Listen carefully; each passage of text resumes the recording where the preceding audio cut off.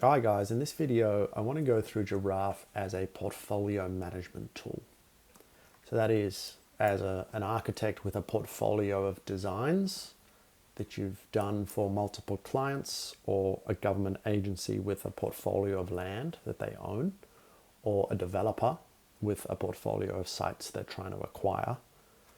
It's thinking about how Giraffe can manage multiple projects simultaneously, especially as they go through a relatively complex process, whether that's the phases of design, concept, schematic, detailed, or that's an acquisition cycle from interested through offer sent, through successful, through submission to government, or a capital priority program where you're trying to figure out which properties you upgrade first, or which ones you dispose of and sell, or which ones you acquire. This is one of the hardest things to do because it's necessarily at a team level, and this is where knowledge just falls through the cracks. And so I want to show you how we've thought about this. Very often we talk about Giraffe as just a project creation tool, and the demos we show, which I'm actually going to do now, is of just creating a single project. And that is, we call that core Giraffe. So let's say we're going to build over here. We acquired these sites. We call this core Giraffe because this is the core of the digital twin, is creating these geometries that represent built form and represent parts of the city. And so I'm going to do some sort of little parklet and like a little community center wrapping around that. And in exchange, I'm going to ask for some nice missing, maybe it's not missing middle, maybe it's relatively high density residential on top.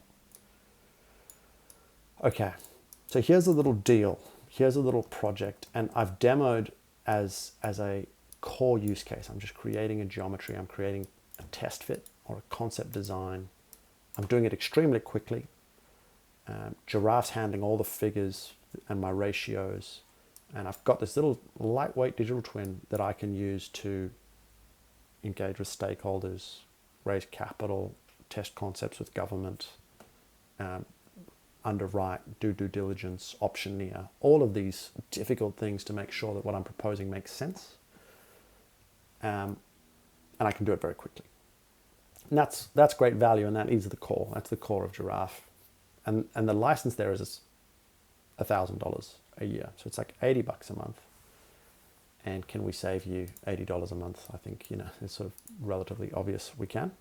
Just as an aside, I've tried to use ChatGPT, like text-based AI, to try and describe 3D form, but nothing is as quick as a drawing. Like drawing like a building like this, the quickest way of inputting information into the computer is just to draw it. So I feel very confident there's some long-lived value here.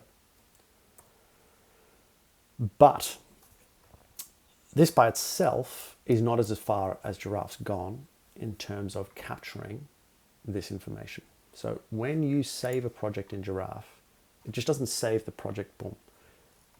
It requires you to put in some properties. You could think of them as tags, as metadata, and these are properties that sit on the project.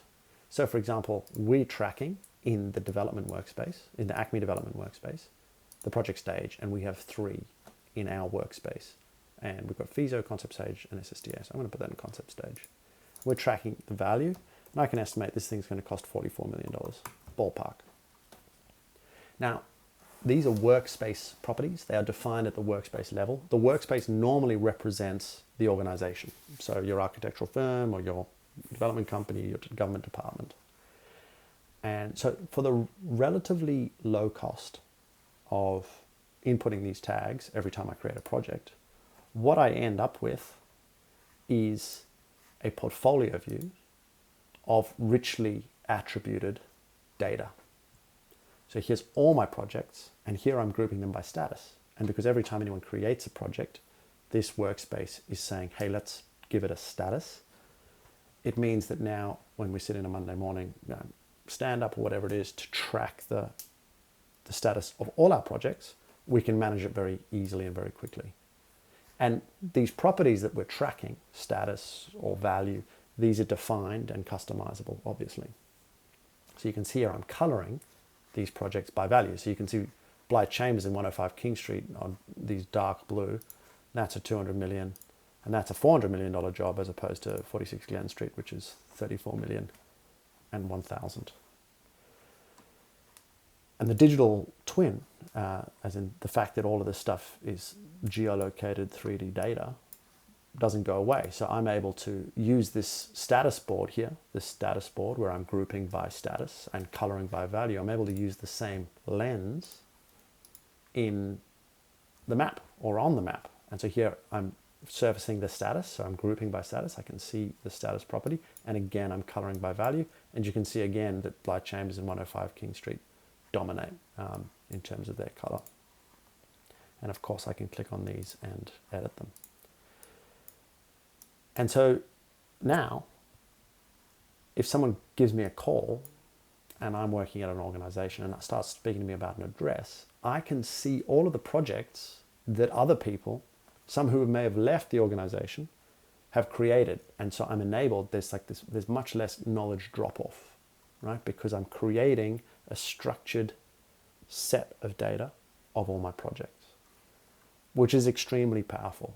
And even if it's just one person and you carefully track all the projects you do, building this kind of asset, this is really a digital asset, is incredibly powerful. And at the organization level, when there's lots of people trying to work together and make sure that knowledge doesn't fall through the cracks, it's even more powerful. Now, the guys have just added something which is incredible, which is the ability to not only view these projects by their project boundary and their metadata, which is on these labels, but we can actually reach into every single project we have and pull out its features. So I come to the lens, click on the style instead of styling by the fill. I'm going to style by the features. And I'm going to turn off the labels. And you can see now all of my projects like as 3D digital twins. And so the little project that I just made at the start of this video, there it is. There's my little parklet, my little well-described, ChatGPT couldn't make that shape in the way I wanted to. Well, it could, probably, but it would take a lot of prompting. But I'm able to now see all of my projects as a true digital twin. And of course, the metadata and the attribution is still there. So if I turn the labels back on, I can still see at the project level all of the information I need to. But if I'm trying to communicate it very clearly, this view contains so much information. Like I don't have to go into this hospital project to show you these wings, these wards and how this hospital is arranged.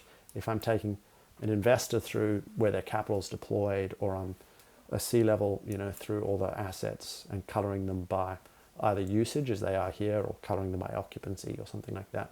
This is an incredibly powerful way of looking at information.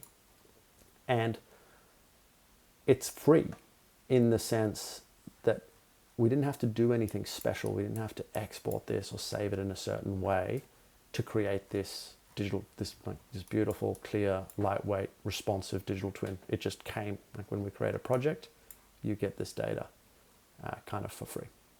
So I don't even remember creating this project, but awesome, right?